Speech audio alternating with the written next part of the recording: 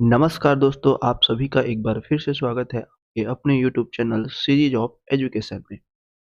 हमने समतलीय आकृतियों के अंतर्गत त्रिभुज और उसके गुणधर्मों और उस पर आधारित प्रश्नों पर चर्चा कर लिया है ना? इतने सारे क्वेश्चन मैंने बता दिए थे, तो अस रिलेटेड क्वेश्चन एग्जाम में पूछ सकते हैं, तो बिल्कुल आप लोग प्रैक्टिस कर लीजिएगा। आज हम देखेंगे चतुर्भुज और वृत्त के बारे में। ठीक है, तो चलिए सबसे पहले हम देखते हैं चतुर्भुज। सभी जानते होंगे चतुर्भुज क्या होती है। समतल में चार रेखाखंडों से घिरी बंद आकृति को क्या कहते हैं? चतुर्भुज कहते हैं, है ना भाई। चार रेखाखंड इस तरीके से, एक, ऐसे दो, फिर ये तीन और ये चार। इस तरीके से चार रेखाखंडों से जो आकृति घिरी होती है उसको हम क्या बोलते हैं? चतुर्भुज जो है कहते हैं। ठीक है, इसे संकेत द्वारा दर्शाया जाता है। आकृति में ए बी सी डी क्या है? एक चतुर्भुज है। देख लीजिए, ए बी सी डी क्या है? एक चतुर्भुज है। चतुर्भुज ए बी सी और डी, इस तरीके से हम इसको दर्शाते हैं, है ना। चलिए देखते हैं चतुर्भुज में क्या क्या चीजें होती है, कौन कौन सी इसकी विशेषताएं होती है, प्रॉपर्टीज क्या क्या होती है। चलिए, सबसे पहला चीज, चित्र को देखने से आपको स्पष्ट हो रहा होगा कि इस चतुर्भुज में चार शीर्ष होते हैं, है ना।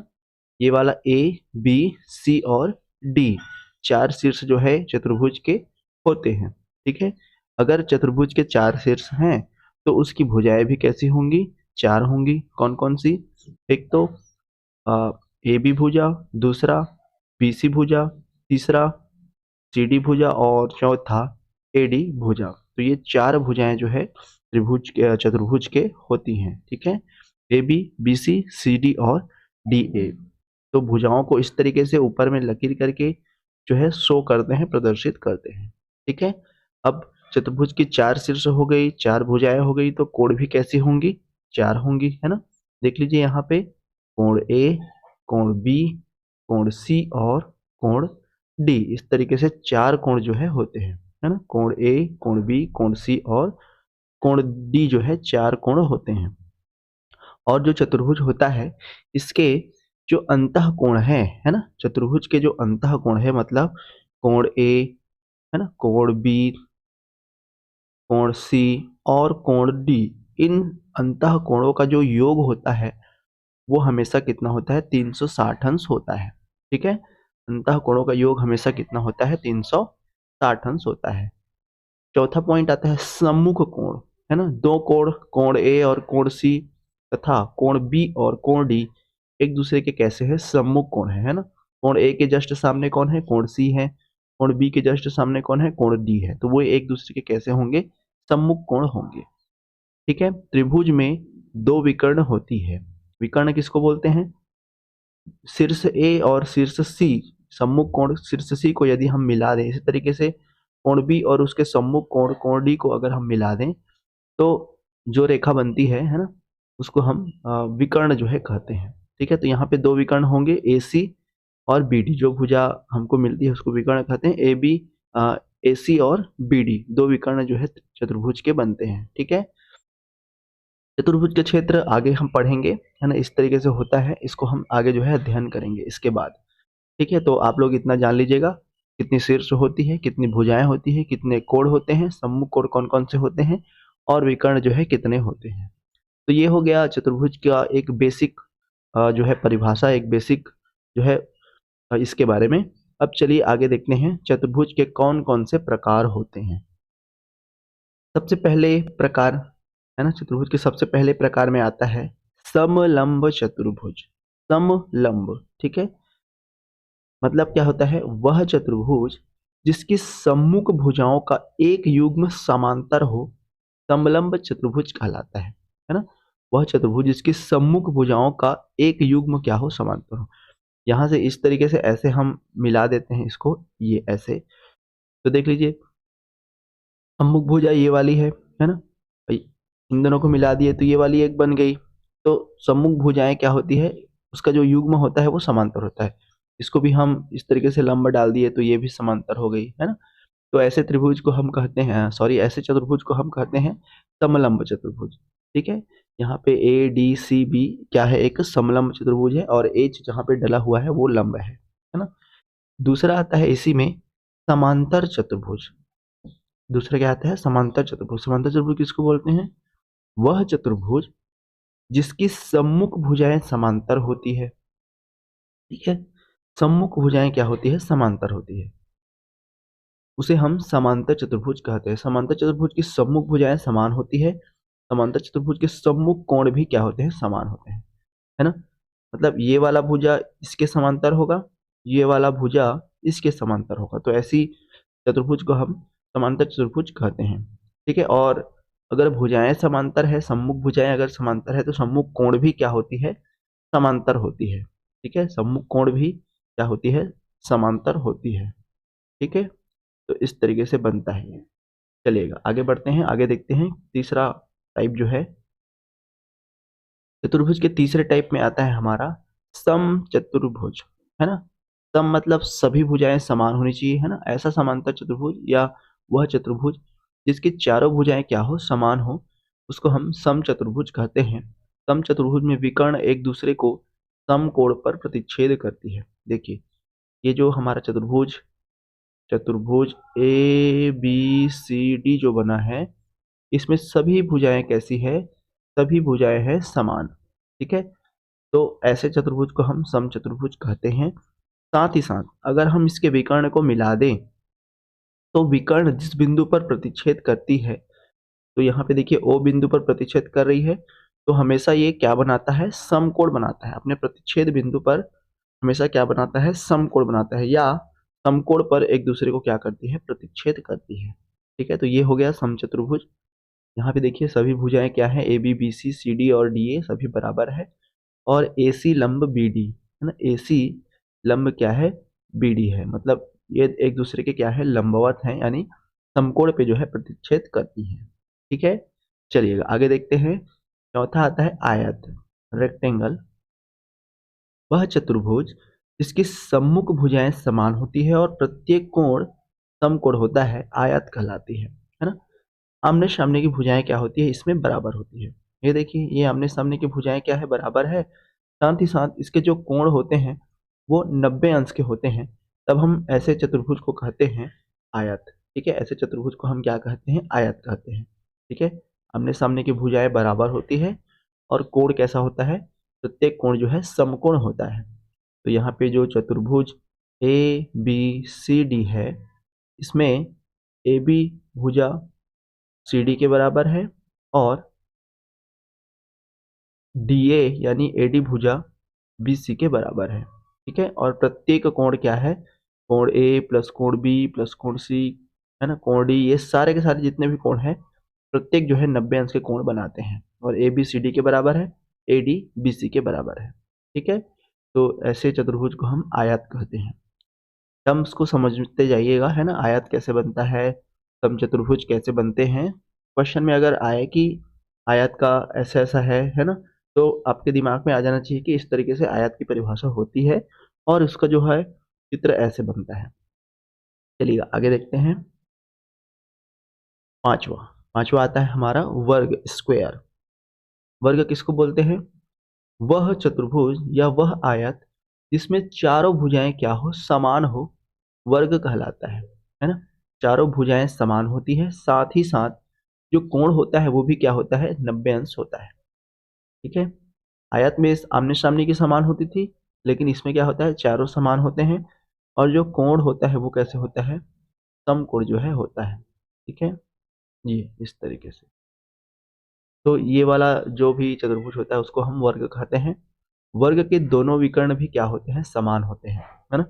मतलब अगर इस तरीके से इसके विकर्ण AC और विकर्ण BD को अगर हम मिला दें, तो जो विकर्ण AC और BD है वो भी कैसे होते हैं, बराबर होते हैं, वो भी कैसे होते हैं, समान होते हैं। ठीक है, तो ऐसे चतुर्भुज को हम कहते हैं वर्ग। वर्ग के विकर्ण एक दूसरे को समकोण पर समद्विभाजित करते हैं, है ना। यहाँ पे जो बीच में बना कोण है वो कितने अंश का होता है, 90 अंश का। इसके जो विकर्ण होते हैं वे एक दूसरे को समद्विभाजित करते हैं 90 अंश पर। ठीक है, तो ये वर्ग की परिभाषा हो गई और उसका कुछ विशेषता हो गई। सभी भुजाएं बराबर होंगी, सभी कोण जो है 90 अंश बनाएंगे। ठीक है, इस तरीके से होता है हमारा। चलिए आगे देखते हैं, कुछ और चतुर्भुज के बारे में देख लेते हैं। वैसे सिलेबस में आपका इतना पॉइंट जो है पढ़ना है, 5 पॉइंट तक, फिर भी कुछ और चतुर्भुज है, उसको मैं बता देता हूँ। इसके बाद आता है उत्तल चतुर्भुज। इसमें क्या होता है, वह चतुर्भुज जिसका प्रत्येक कोण 180 अंश से छोटा होता है ना। जितने भी कोण रहेंगे वो सभी कैसे होंगे, 180 अंश से छोटे रहेंगे, तब हम उसको उत्तल चतुर्भुज कहते हैं।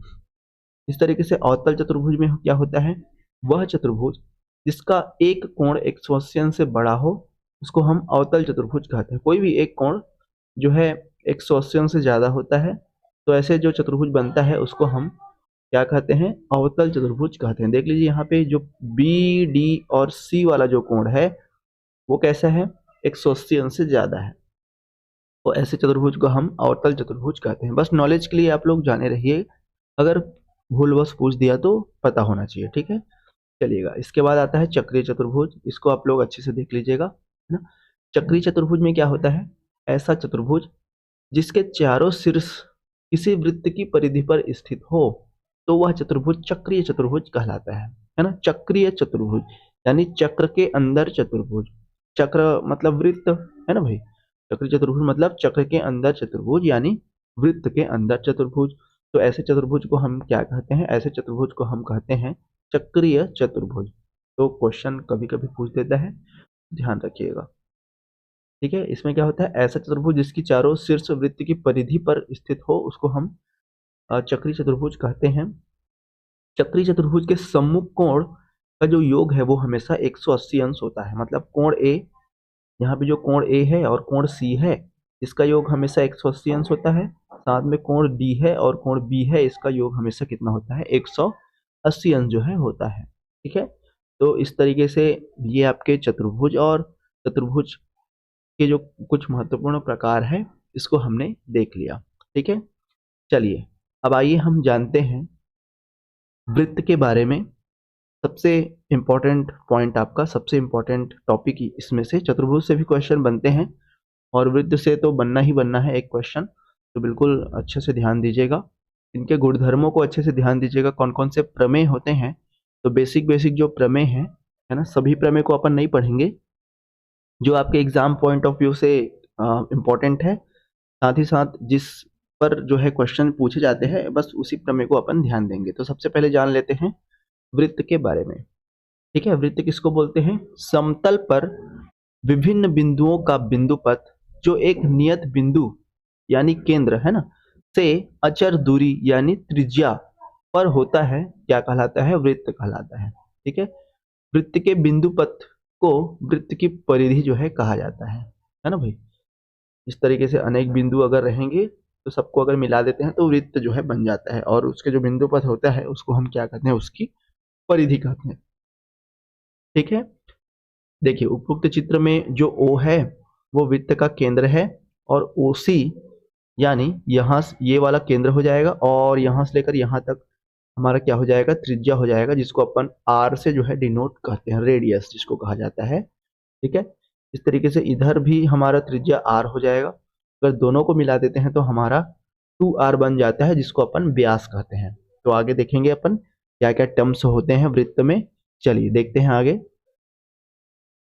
देखिए वृत्त के कुछ शब्दावली, कौन कौन से वृत्त में टर्मोलॉजी होती है, कौन कौन से शब्द यूज किए जाते हैं।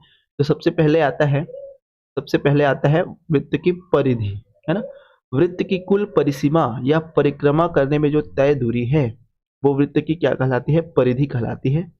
ए B C D E F और जी वृत्त की परिधि पर स्थित बिंदु है ना। यहाँ पे देखिए ए, है ना, G F E D C B, ये सारे के सारे वृत्त की परिधि पर स्थित क्या है, बिंदु है ना। तो यहाँ से इस तरीके से अलग अलग ऐसे अगर हम पॉइंट कर लेते हैं, इसको अलग अलग हम नाम दे देते हैं, तो सभी के सभी क्या है, वृत्त की परिधि पर स्थित हमारे बिंदु हो जाएंगे, है ना। तो ये होता है हमारा परिधि। चाप, चाप किसको बोलते हैं, वृत्त की परिधि का आंशिक भाग चाप कहलाता है ना। मतलब यदि मैं यहाँ से लेकर के यहाँ तक, है ना, यहाँ से लेकर के यहाँ तक को अगर मैं मिला देता हूँ, इस पॉइंट को मैं ए नाम दे देता हूँ, इस पॉइंट को मैं बी नाम दे देता हूँ, तो वृत्त की परिधि पर जो आंशिक भाग कहलाता है चाप हमारा, है ना। वृत्त चित्र में देखिए ए बी हमारा चाप है ना। तो चाप को हमेशा इस तरीके से डिनोट करते हैं, ऐसे करके, ये होता है हमारा ए बी चाप। अगर हम इस तरीके से और किसी वृत्त की परिधि पर स्थित किसी बिंदु को मिला दें, जैसे ये सी डी है ना, तो सी डी भी हमारा क्या हो जाएगा, एक चाप हो जाएगा, चाप सी डी, ऐसे। ठीक है, बहुत सारे अलग अलग चाप जो है इसमें बना सकते हैं। तीसरा आता है हमारा, ये दूसरा पॉइंट हो गया चाप। तीसरा आता है हमारा केंद्र। वृत्त पर स्थित सभी बिंदुओं से समदूरस्थ बिंदु को हम वृत्त का क्या कहते हैं, केंद्र कहते हैं, है ना।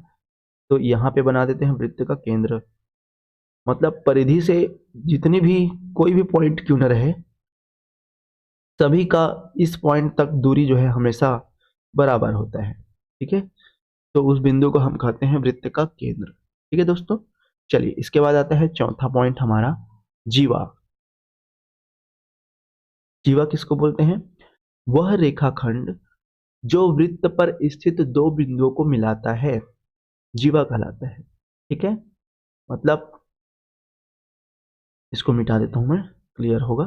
देखिए इसका मतलब क्या होता है,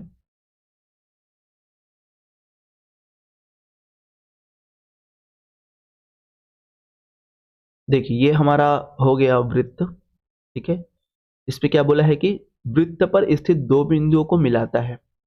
मान लेते हैं कि एक बिंदु हमारा यहाँ पे ए है और एक बिंदु यहाँ पे हमारा क्या है, बी है।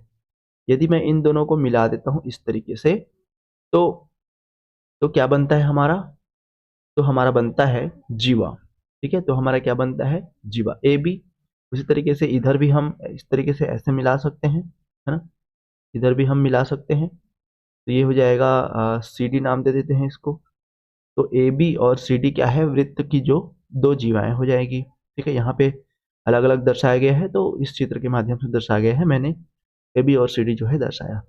ठीक है, एक जीवा वृत्त को दो वृत्त खंडों में विभाजित करता है। सही बात है ना। अगर केवल एक ही जीवा रहेगी, अगर मैं इसको मिटा देता हूँ, केवल एक ही जीवा रखता हूँ, तो एक ही जीवा वृत्त को दो भागों में विभाजित करता है ना भाई। देखिए ये जीवा हो गई हमारी, ठीक है, और ये एक जो है भाग हो गया वृत्त का, और ये जो है दूसरा भाग हो गया। तो अगर वृत्त पर केवल एक ही जीवा है, तो वो हमेशा क्या करेगी, वृत्त को दो भागों में विभाजित करेगी, दो वृत्त खंडों में विभाजित करेगी। ठीक है, इसके बाद पांचवा पॉइंट हम देखते हैं, व्यास। ठीक है, पांचवा पॉइंट हम देखते हैं व्यास। वृत्त पर स्थित किन्हीं दो बिंदुओं तथा केंद्र से होकर गुजरने वाली रेखाखंड वृत्त का व्यास कहलाती है ना। ये हमारा केंद्र है ना। तो केंद्र से गुजरने वाली वृत्त पर स्थित दो बिंदुओं, जैसे इसको मैं नाम देता हूँ ई और एफ, तो ई और एफ हमारा क्या हो जाएगा, इसका वृत्त का व्यास हो जाएगा, और इसकी लंबाई हमेशा कितनी होती है, 2r होती है, त्रिज्या के जस्ट दुगनी, है ना। देखिए यहाँ पे लिखा है, वृत्त की सबसे बड़ी जीवा ही वृत्त का क्या कहलाती है, व्यास कहलाती है ना भाई। ये भी एक जीवा ही है, क्योंकि परिधि पर स्थित दो बिंदुओं को मिला रहा है। बस इसमें एक पॉइंट और ऐड हो जाता है कि केंद्र से होकर के जानी चाहिए, तो इसको हम वृत्त की सबसे बड़ी जीवा भी कह सकते हैं, है ना। वृत्त की सबसे बड़ी जीवा क्या होती है, वृत्त का व्यास होता है, और यह जो व्यास है ना, त्रिज्या की क्या होती है, दुगनी होती है, मतलब व्यास बराबर दो गुणित त्रिज्या यानी 2r। ठीक है, त्रिज्या किसको बोलते हैं, वृत्त के केंद्र से उसकी परिधि पर स्थित जो भी बिंदु है ना, उसको यदि हम मिला दें तो उसको हम त्रिज्या कहते हैं, त्रिज्या खंड, है ना। छठवां पॉइंट, इन्हीं दो त्रिज्याओं के बीच चाप द्वारा घिरा क्षेत्र उसका क्या कहलाता है, त्रिज्या खंड कहलाता है। कैसे होगा भाई, देख लीजिए, जैसे यहाँ पे इस तरीके से कोई एक पॉइंट मैंने बताया, और यहाँ पे एक पॉइंट और मैंने बताया, इसको नाम दे दिया मैं एक्स और वाई, और ये बिंदु ओ है हमारा, ये त्रिज्या आर है, ये भी त्रिज्या आर है। ठीक है, तो किन्हीं दो त्रिज्याओं के बीच चाप द्वारा घिरा क्षेत्र, यहाँ पे बन रहा है हमारा चाप एक्स वाई, तो इसका जो पूरा क्षेत्र होगा घिरा हुआ, ठीक है, इस पूरे घिरे हुए त्रिज्या खंड को हम क्या, इस पूरे घिरे हुए क्षेत्र को हम क्या कहते हैं, उसका त्रिज्या खंड कहते हैं। है ना। यहाँ पे OXY क्या है, वृत्त का त्रिज्यखंड है। ठीक है, तो इस तरीके से कुछ वृत्त के महत्वपूर्ण शब्दावली होते हैं, तो इनको आपको जानना है क्या क्या चीजें इसमें होती है। ठीक है, चलिएगा आगे देखते हैं। इसके बाद आता है हमारा वृत्त से संबंधित महत्वपूर्ण प्रमेय। ठीक है, वृत्त से संबंधित महत्वपूर्ण प्रमेय, तो ये आपका बहुत ही इंपॉर्टेंट टॉपिक है दोस्तों, तो बिल्कुल आप लोग ध्यान से देखिएगा। देखिए, सबसे पहला प्रमेय हमारा होता है समान लंबाई की जीवाएं केंद्र पर समान कोण बनाती है। ठीक है, सबसे पहला हमारा प्रमेय क्या दिया है, समान लंबाई की जीवाएं केंद्र पर समान कोण बनाती है। अब समान लंबाई की जीवाएं, ठीक है, तो मान लेते हैं कि यहाँ पे एक जीवा दिया है, इसको मैं नाम देता हूँ PQ। यहाँ पे एक जीवा दे दिया है, इन दोनों को मैं मिला देता हूँ, है ना। ये इस तरीके से, इसको मैं नाम दे देता हूँ P और Q, ये वृत्त का केंद्र हो जाएगा। और एक और मैंने यहाँ पे जीवा बना एक और मैंने यहाँ पे जीवा बना दिया AB। ठीक है, एक और मैंने जीवा बना दिया यहाँ पे AB, ये वृत्त का हमारा केंद्र O हो जाएगा।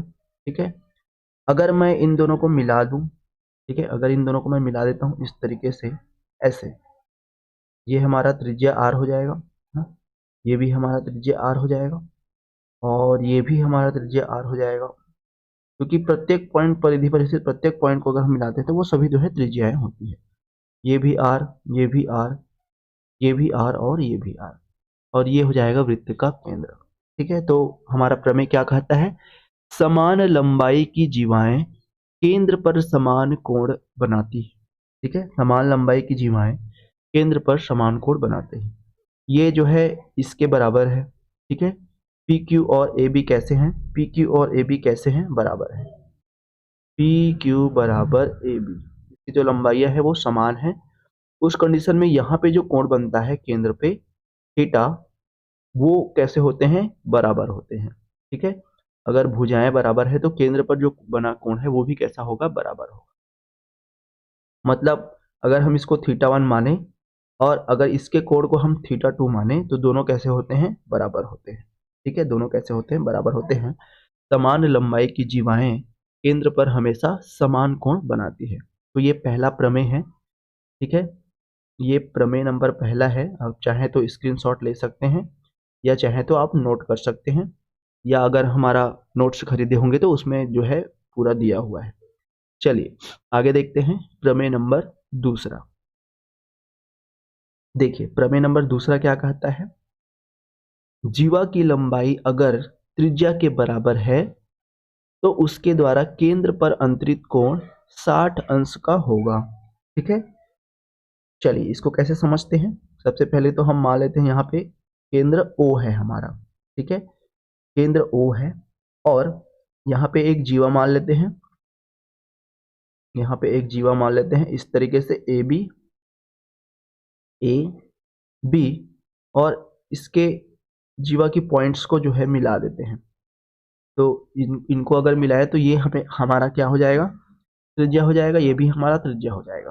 ठीक है, तो प्रमेय क्या कहता है कि जीवा की लंबाई अगर त्रिज्या के बराबर है, जीवा की लंबाई मतलब AB जो जीवा है इसकी लंबाई अगर त्रिज्या के बराबर है, मतलब इसका भी जो वैल्यू है वो क्या है, R है ना, इसका भी वैल्यू जो है वो क्या है, R है। तो देख लो इन तीनों पॉइंट्स आपस में मिल रहे हैं तो एक क्या बन रहा है, एक त्रिभुज बन रहा है। और कैसा त्रिभुज बन रहा है, कैसा त्रिभुज बन रहा है, आपका समबाहु त्रिभुज। कैसा त्रिभुज बन रहा है, समबाहु, क्योंकि प्रत्येक भुजाएं क्या है, R है, यानी बराबर है, यानी त्रिज्या की लंबाई के बराबर है ना। तो एक समबाहु त्रिभुज बन रहा है, और आप सभी जानते हैं समबाहु त्रिभुज में हमेशा कितने अंश का कोण बनता है, 60 अंश का। तो यही प्रमेय कहता है कि जीवा की लंबाई अगर त्रिज्या के बराबर है तो उसके द्वारा केंद्र पर बना कोण, उसके द्वारा मतलब जीवा के द्वारा, है ना, केंद्र पर जो अंतरित कोण है, केंद्र पर जो बना कोण है वो हमेशा कितना बनता है, 60 अंश का बनता है। ठीक है, तो ये वाला नियम है जिसको आप लोग याद रखेंगे। चलिए आगे देखते हैं प्रमेय नंबर तीसरा। ये दूसरा हो जाएगा, इसको भी नोट कर सकते हैं या स्क्रीनशॉट ले सकते हैं। चलिए क्वेश्चन इसके बाद देखते हैं प्रमेय नंबर तीसरा। तीसरा देखिए क्या कहता है, जब जीवा की लंबाई त्रिज्या का वर्गमूल 2 गुना है। ठीक है, जब जीवा की लंबाई त्रिज्या का वर्गमूल 2 गुना है तो जीवा द्वारा केंद्र पर बना कोण कैसे होता है, समकोण होता है। ठीक है, ये मैंने मान लिया पॉइंट ओ, जीवा यहां पे मान लिया मैंने ए बी, इसकी लंबाई कितनी है, वर्गमूल 2 इंटू आर, ये तो आर हो जाएगा हमारा, इन दोनों पॉइंट्स को भी मिला दीजिए, ये भी हमारा आर हो जाएगा।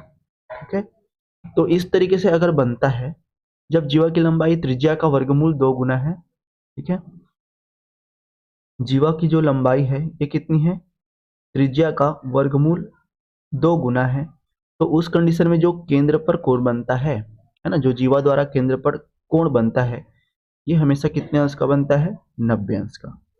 ठीक है, कितने अंश का बनता है, समकोण बनता है, यानी 90 अंश का जो है बनाता है।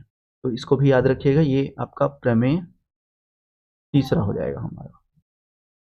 चलिए आगे देखते हैं प्रमेय नंबर चौथा।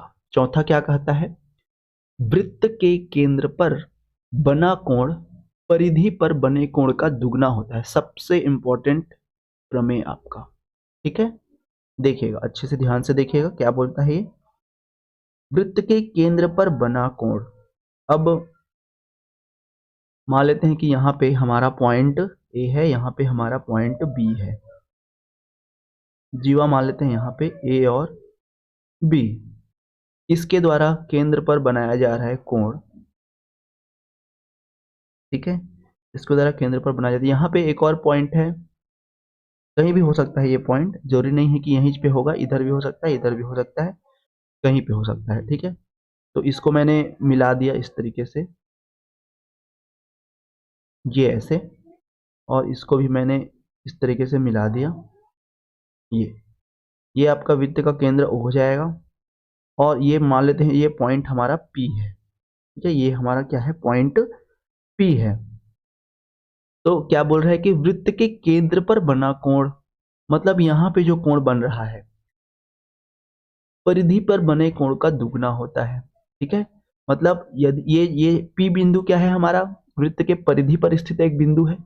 अगर यहाँ पे कोण थीटा बना रहा है तो केंद्र पर बना कोण हमेशा क्या होगा, इसका दुगना होगा, यानी 2 थीटा हो जाएगा।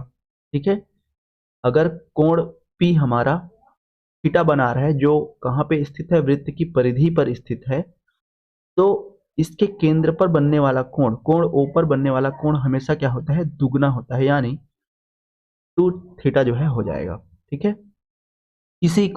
इसी प्रमेय को हम कुछ और तरीके से कैसे बोल सकते हैं, देखिए अगर हम दूसरे तरीके से इसको बोलना चाहें तो कैसे हो जाएगा कि वृत्त की परिधि पर बना कोण केंद्र पर बने कोण का आधा होता है ना भाई, वृत्त की परिधि पर बना कोण, ठीक है, वृत्त की परिधि पर बना कोण उसके केंद्र पर बने कोण का जस्ट आधा होता है ना, मतलब जो भी केंद्र पे कोण बनाएगा, तो यहाँ पे 2 थीटा केंद्र बना रहा है, तो केंद्र पर जो भी परिधि पर जो भी पॉइंट होगा, यानी P पॉइंट, इस पर जो बना कोण है वो हमेशा क्या होगा, इस 2 थीटा के जस्ट आधा, आधा यानी थीटा होता है।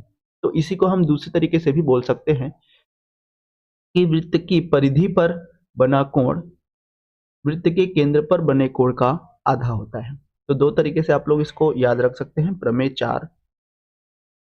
4 को हम 2 तरीके से याद कर सकते हैं। तो ध्यान रखिएगा, कभी कभी ऐसे भी हमारा सोचने को जो है आ जाता है ना, मान के चलो अगर हमको केंद्र पर कोण दिया है 90 अंश, है ना, केंद्र पर कोण दिया है अपने को 90 अंश, और हमको पूछा है कि उसकी परिधि पर कितने अंश का कोण बनेगा, तो इसका जस्ट आधा होता है, तो 45 अंश आपके दिमाग में आ जाना चाहिए, है ना भाई, 45 अंश आपके दिमाग में आ जाना चाहिए।